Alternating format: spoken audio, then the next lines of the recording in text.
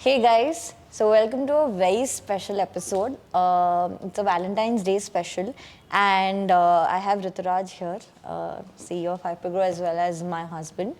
And something that we've put together, actually, even I don't know what questions there are, but our wonderful marketing team has put together a bunch of questions that we will talk about our life, our journey, and even I don't know what it is. Hopefully, they're not too controversial, or maybe it is.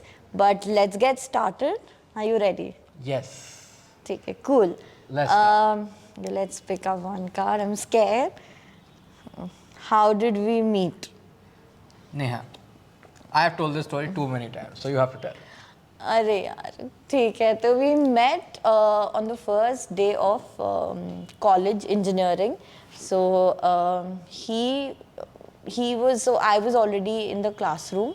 It was the first day, and I was just sitting with my the new friends that I had made, and Rituraj enters like a, I don't know, like a confused guy, and he's as usual late for it, and a class is going on, and he just kind of barges in, and when he opens the door, it's the most cutest, most confused guy who's there, looking at what is happening, what is not happening, and yeah, I think then I was just like, oh, this guy's cute.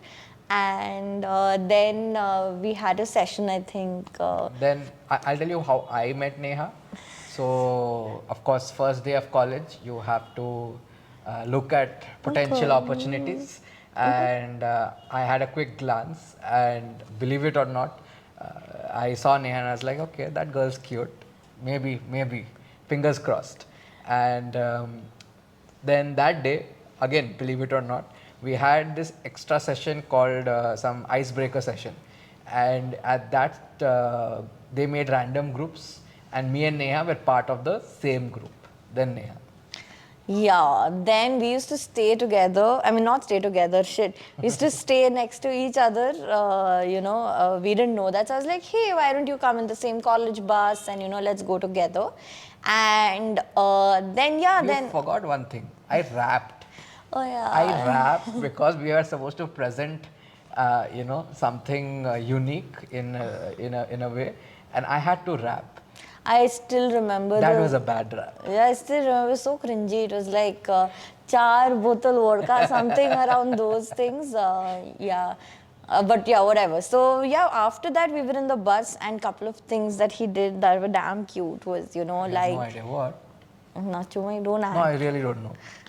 So like opening the door for me, and carrying, because we had just got books and all, so he was carrying the bag, and and then just chivalry sometimes is just so Again, important. She loves missing out on points, huh?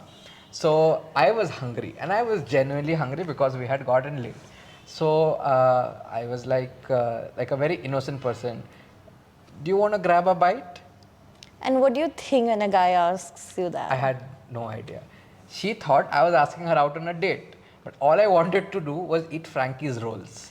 And right? This popular joint in Bangalore, Frankie's rolls. No, and I was like, hey, if I'm not gonna go eat some 50 rupees roll. I'm gonna go to a decent place with good aesthetics that looked good. So I took him to this place called Bistro in Indiranagar, and I think first he was shocked that whether he has enough money for it. I shat my pants. I was like, oh fuck.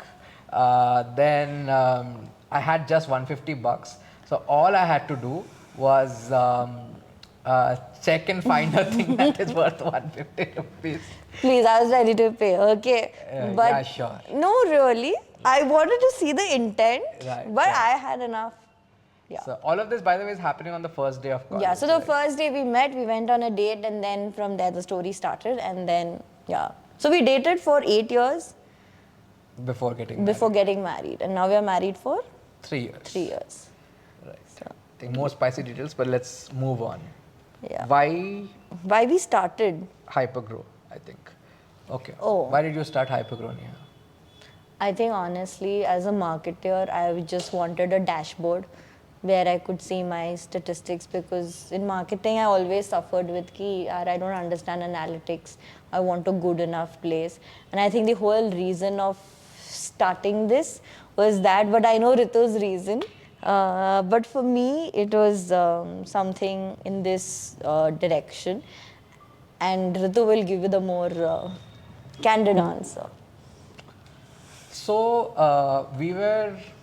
I don't know, we always wanted to do something of our own right from college. So we had done multiple startups or attempt to startups. Of course, nothing took off.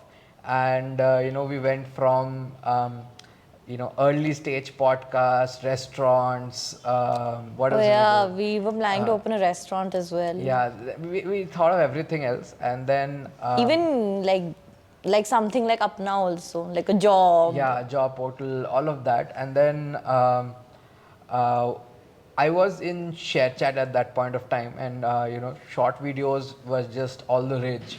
And we realized something very interesting, that the advertising landscape will change completely, and it was a very big chance for a lot of early stage companies to kind of really compete with big players.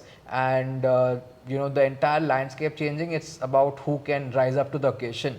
So we felt that knowing short videos. Neha, by the way, was a content creator then. She has, I think, already 30,000 subscribers on YouTube. And we kind of felt that this was a good opportunity for us to build something that can really scale businesses across India. And not just India, not just restricted India. I think we saw it as a global opportunity. So we rang up Abhijit and Arijit and said, do you want to start up? And these guys were like, yeah. And then, I remember the first pitch that we did. I did the first Yeah, pitch. she did the first pitch. I think the first pitch was with Kalari. It was the CXXO program. And I remember I was the one pitching, and we had never given a pitch to investors. And I remember I was like, I'm locking the room, and Ritu was pacing outside the room. What is happening? Oh my God, scared, this, I that. was never And more that scared. pitch deck was so cute and so naive, but yeah, it was good. But this is Rituraj giving an investor wala answer why we started up. The real reason was we just wanted to spend time with each other more, right? I think, Yeah, I think while obviously we spend time at home, but I think Rituraj wanted more of the cake or the time with me, so we were like, chalo, ऐसा नहीं बोलते. ऐसा नहीं. Okay. 3 things you hate about me. 3 things I hate about you. I think one is tardiness, in terms of you were always late to college. Okay, you were always late to dates. Even while getting ready nowadays, you're always late. So I think that is one thing. Another thing I hate, I think another thing I hate is now you know me too well to understand if my ego comes up, if I'm too, like my pride comes in the way, or I'm just too, I don't know. So you know me too well, and that is a strength, but sometimes gets into problems as well, because you can catch me like that. So I think it was nice when you were a little aloof, but now you know me too well. Third thing that I hate about you, I don't know. What, Ritu, if you can help me? I don't know. I think sometimes he's on the phone too much, and he's playing the stupid cricket game or some stupid random game which is just not working out. So yeah. I think I should say 3 things I love about you. Oh God. Huh. Okay, 3 things I love about you is you have these genius moments where you can look through the problems and look at the simplest solution, and I don't know how it doesn't strike me, but that geniusness, is really something I adore. I think second thing is how caring you are, not just to me, but I think everyone who is around you. And times I feel jealous, but I really like how caring you are. And third thing that I love about you is how beautiful you are. Oh God, Ritu. Cliche. Okay. Um, all right. Interesting question. What are your darkest days? My darkest days, I think, was when I think, I left ISC to pursue YouTube full time.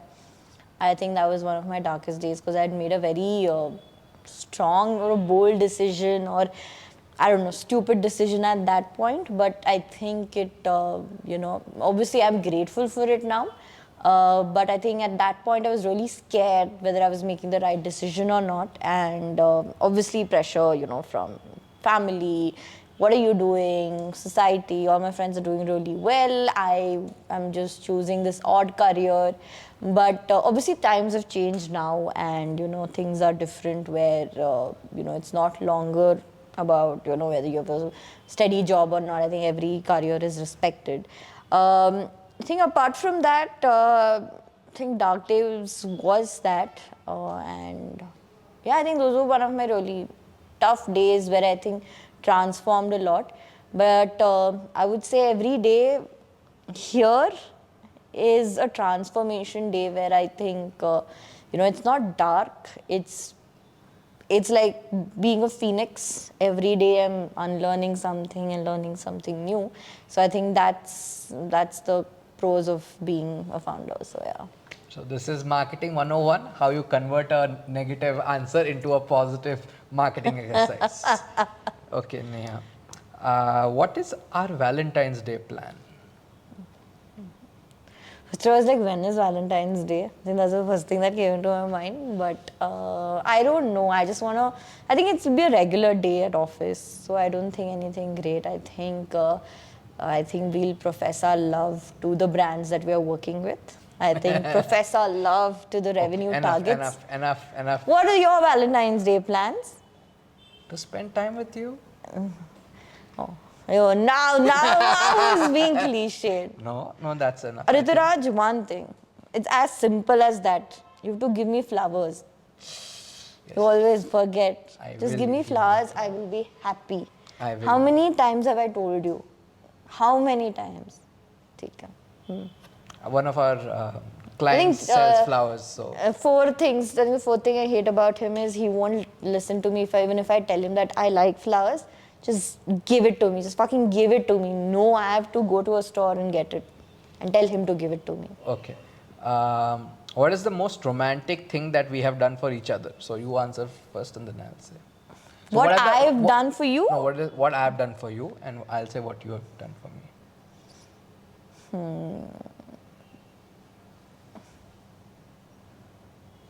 I think the most romantic, I wouldn't say like a gesture or something, but I think the most romantic thing he's done is, looked at relationships in a very different way, where it was all about helping each other grow. I think I know it's weird, it's not romantic in the most generalized way, but I think for him, being in a relationship was helping each other grow. I think that was very romantic. I think that's the most romantic. Surprise parties, no? But this is such a more deeper answer. Okay, great. Thank you so much. Shit. Okay, I'm screwed, guys. Now that was just me. Okay, I'm sorry. Okay. Let's take a 2 minutes break. We'll be right back. Back from the break, where I think Neha is the best person, the deepest person that we know. She is the most amazing woman that I have come across, and I'm very lucky to have her. Good. That's out of the way. Yes. And now I think some questions to you. I think we've asked enough questions to me. Tell me something, the 3 things you hate about me. Now you just finished that. Keep in mind. It can be a diplomatic answer. Neha is too hardworking. Ah. So, she hardly has time for me. So that is a problem. Um, Neha is mm,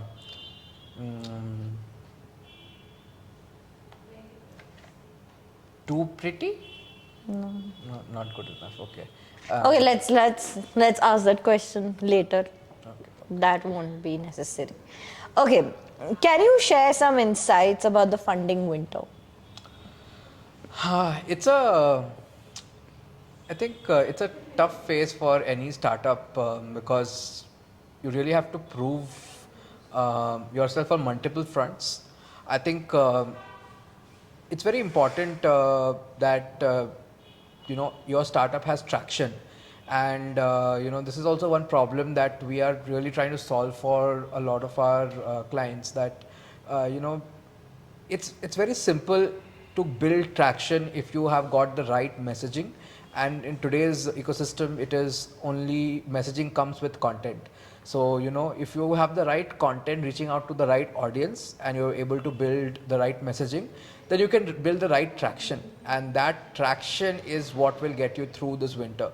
So a lot of companies end up building, and we also kind of tried made some similar mistakes in the past, where they build the product first before seeing whether there was enough traction Yeah. for it, whether they built they built entire teams before figuring out what the messaging should be, and that led to bunch of layoffs, bunch of really difficult situations. So in this funding window, to my fellow founders, it's about primarily figuring out traction and kind of focusing on your ROI. So ask the right questions to your team, to your external partners, and here at Hypergrow we really strive to do that. We really try to kind of help you get that traction so that you become the big company of the next decade, and that's what really drives us, and that's what we really build this company for. And when it comes to Hypergrow during funding winter, we are really lucky to have some great investors on our on our cap table who have been really helpful, and it I mean, with their guidance we are pretty sure we will overcome this funding winter. But I really feel for a lot of my colleagues who had their startups closed down, and I really wish I had probably built Hypergrow much earlier so that I could have helped them out. Yeah. So yeah, I think that's a bit of plug-in, but also a genuine thing that I. Yeah, I think, but raising in this funding winter kind of was a testament to the product that we were building. I think, yes, there were dark times. I think they were really tough times. But I think at the end, if it's a good product, if it's a good vision and the team is solid, I think, you can stay through the winter that is there. Yes, I think that's one thing. Do you want to ask something? Yes, I really want you to focus on this. Is how does it feel to be a woman in the entrepreneur circle in the startup world? Because it's a world dominated by men, and I personally have seen your struggles, but I think it's time we share that very candidly with everyone. Right. I think the journey as a woman, I think in entrepreneurship was challenging. It almost feels like uh, it's like a race, but you are always, a kilometer behind because, that's the benchmark that is there, that you're always in the behind. But the saddest part was, like every boardroom meeting that I went to with investors, I think be it the IC or the meeting, I was the only woman there. And, it always looked at as, if someone has to talk about numbers or data, they would ask the guy there. And for me, it would come for very frivolous kind of questions. Sometimes, while Rituraj might come in shorts or pajamas or something like that, and that was completely cool.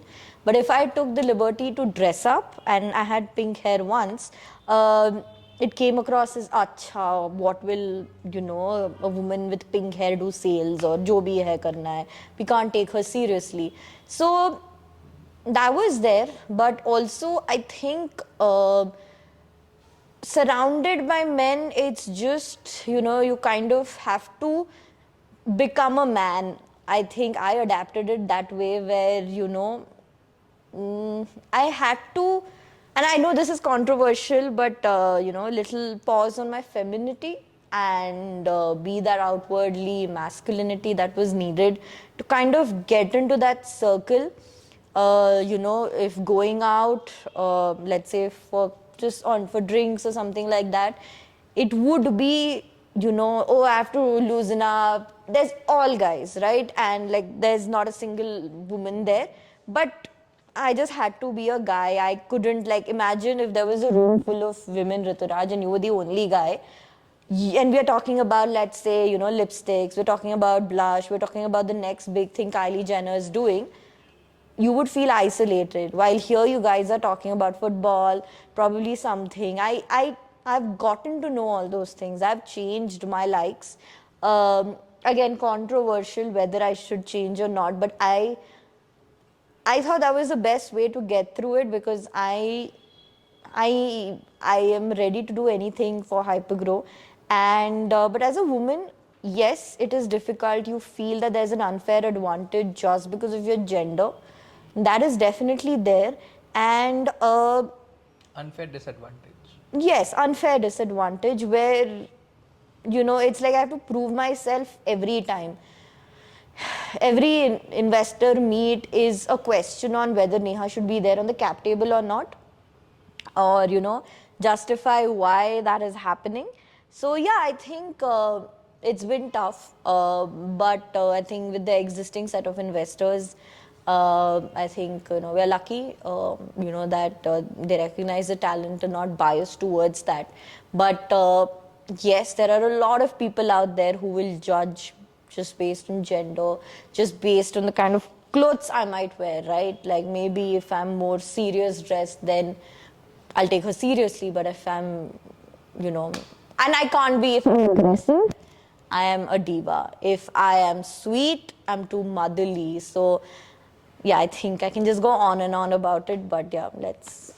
Thank you for that. And I think as a not as a CEO, but as a partner of someone who is part of this circle, I think one thing I'd like to share is both of us have the same kind of challenges, but it's like she has to play the same game with an arm tied behind, right? So it's very important to be extremely supportive and kind of recognize the inherent talent and be extremely sensitive as well, which is something that maybe I didn't have in the initial days, but something I've kind of built over time. But to all the women entrepreneurs out there, and not just women entrepreneurs, but almost every working woman out there, I think it's important as men for us to realize that the world has or is unfair currently, and important to provide that support, provide that trust that yes, you can reach your potential and we will be there for you. So it has been an eye-opening experience for me as well. Yeah, and I think, I think when you have the support of founders, co-founders, I think you, Abhijit, Arijit, I think they were really, with me throughout this entire journey. And I think they've stuck out their necks multiple times for me. And I think when you have a solid team, nothing else matters. So I think they really got me through it. But yes, I think moving on to a different topic. Uh, so why did we target this sector, Rituraj? I mean, marketing. Why did we get into this? I think you know this is one space where there's a lack of knowledge, a lack of understanding of how, especially online, digital, or social media marketing works. And while the ROI can be insane, it seems very very difficult to crack.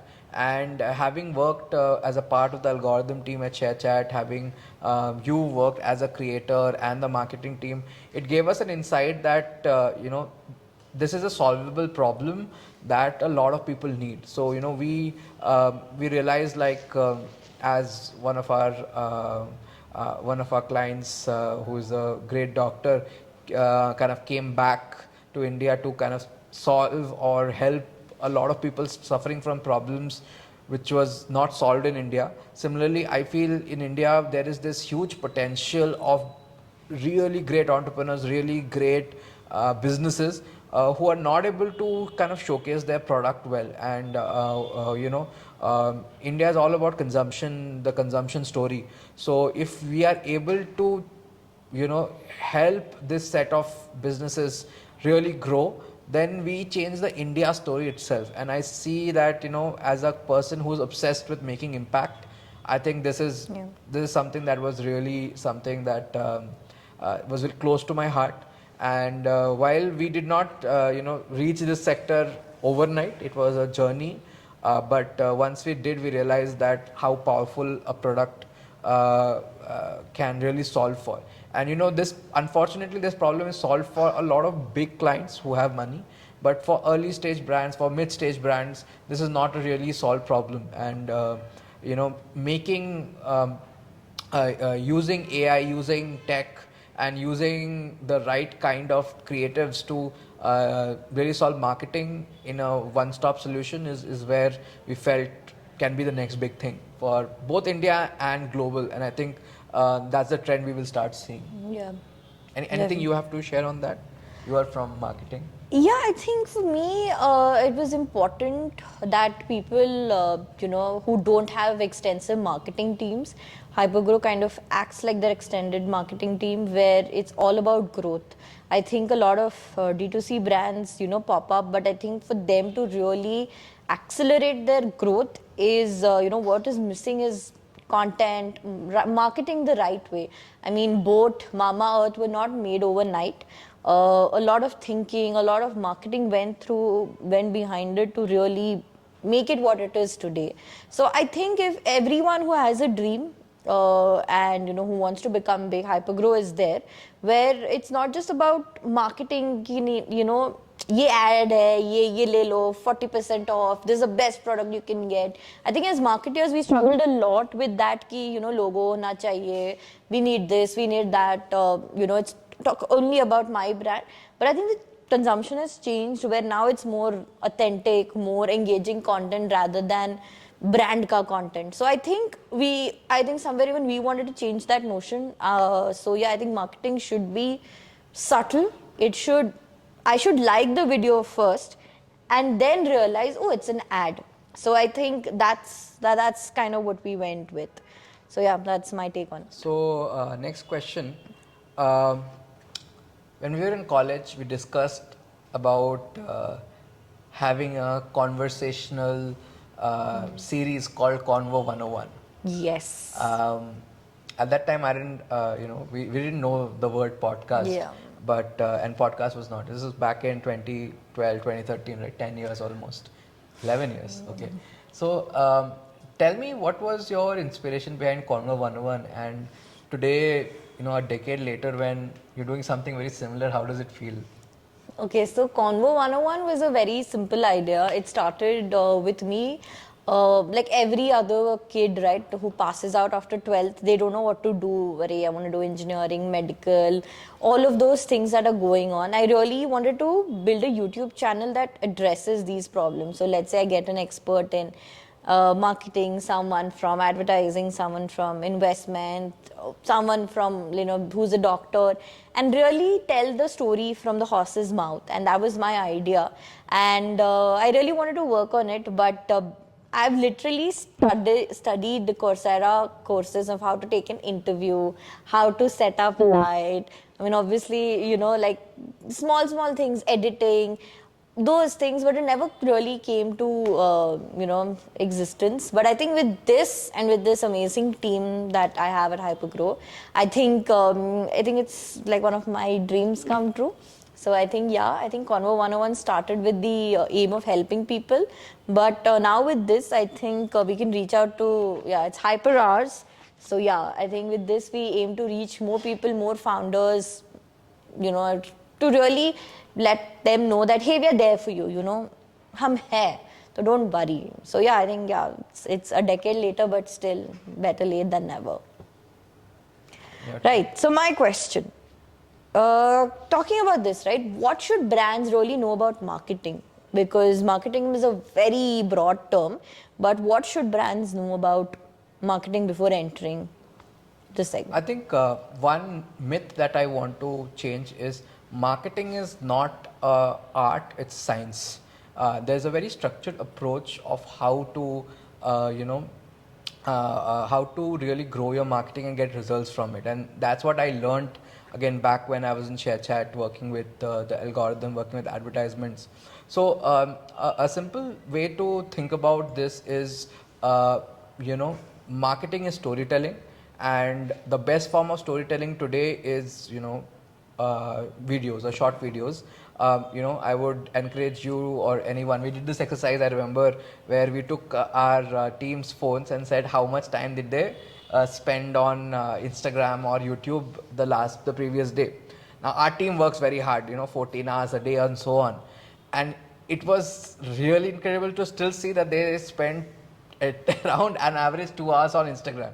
So everyone on average is spending a lot of time on Instagram Reels, Yeah. and YouTube, and globally on TikTok. And what they're consuming is short stories. You can think of that. And so for when you think about marketing, it's about telling your story, but to the right audience. If you're selling something to, say, for kids, there's no point of telling that same story to people with age over 40 plus. So marketing is about the right storytelling and finding the right audience to tell that. And I think the social media platforms, Google, Meta, etc., have built this incredible engine where you can target the right content to the right audience. But why I say it's a science, not an art, it's not about just one messaging that will work, right? You have a certain bias, a certain thought, it might work, but the best way of reaching a goal is rapid experimentation. And you experiment with different messaging, different content types. So it's highly possible that one kind of messaging works very well in, say, Rajasthan for women age 15 to 25, and another messaging works extremely well for boys in Karnataka from 25 to 35, right? So you have to experiment aggressively and figure out what messaging is really working, post which it is just about having a frictionless flow to get your product. So almost every marketer will take an example of Apple versus say Android phones, but they're not wrong. It's about, if you're putting the right story, the right perspective for your audience, you're touching their core pain points and making it very relatable, then marketing is a very simple process where once you find that, you reach out to the right audience, and then you nudge your audience to kind of buy the things from you that is essentially going to help them, because as a company you're trying to really add value, and that's what. So marketing is a science, and while there's a bit of art and creativity in it, the structured process unfortunately is not very well known. And data driven marketing or AI led marketing is something that is a very fast growing industry, and that is happening purely because the more data you have, the more better you're able to reach out to your right audience, and the better story that you can share. I'll give an example that we had. There was this extremely good video that one of our clients loved. They said that this was the best video that they ever created about their brand, and we were also very excited about that.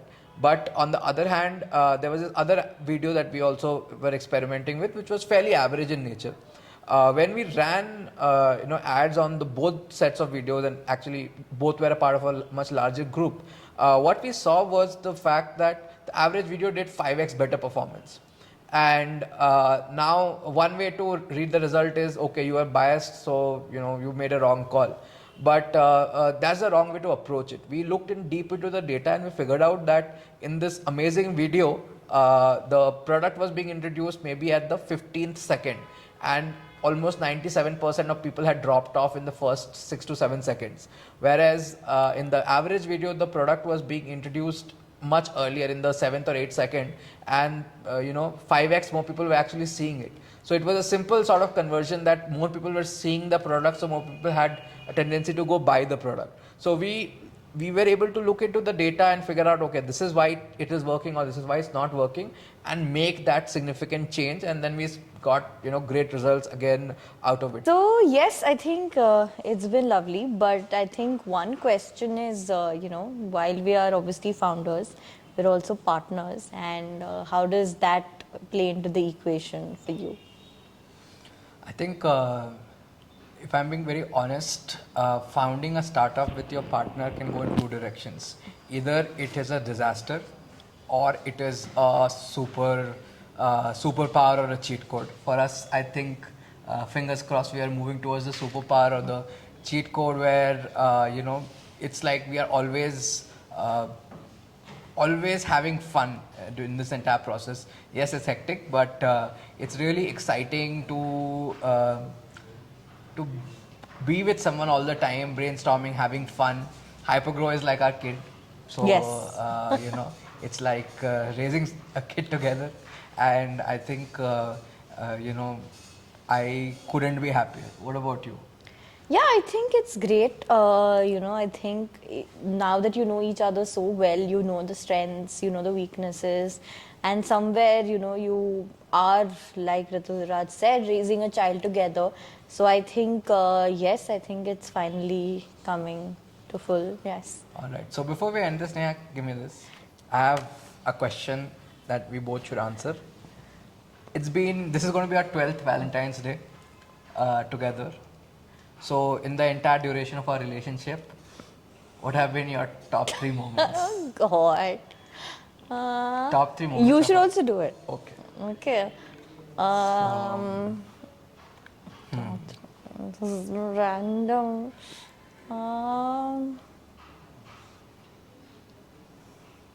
Let's you start. No. You have to say 3, then I say 3. Let's go with that. I think the most obvious is I think the day. Let's say number 3 for you. I think number 3 is when we got our cats.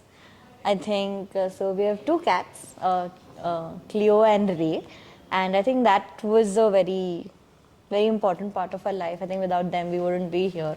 So yeah, I think cats, like being parents to that. So I won't repeat. So we'll have 6 different moments. I think it's difficult to rank, but for me, our first kiss is God. will be ranked at number 3. Other things which are more special, but yes. Okay, that's one. My turn. Number 2. I think for me, number 2 was getting married to you. Yeah. I think it was a dream come true, and being married to the person you love is a blessing in many different ways. So, Yes, yes. So yeah, I think that was also. So yes, I think that was also one of my points. But fine. I think related to that, I think I got my dream ring. So yes, so that is one of the other memorable things, because I told him from day one, if I'm marrying you, I need a big ring, and this is gonna get bigger. So yes. And number 1, for me, and I think we can say this together, for me, I think for me, my most special moment of our relationship or outcome of relationship was hypergrow. Definitely. So, what about you? Yes, I think hypergrow. I think it's the efforts of like so many years put together, resulting in what hypergrow is. So I think definitely. I think that's where we are, and I think it was a lovely way to spend Valentine's Day. I think. Thank you so much. Thank you, and Happy Valentine's Day. You know. And I'll see you next time on a much special episode. And stay tuned. What are you doing?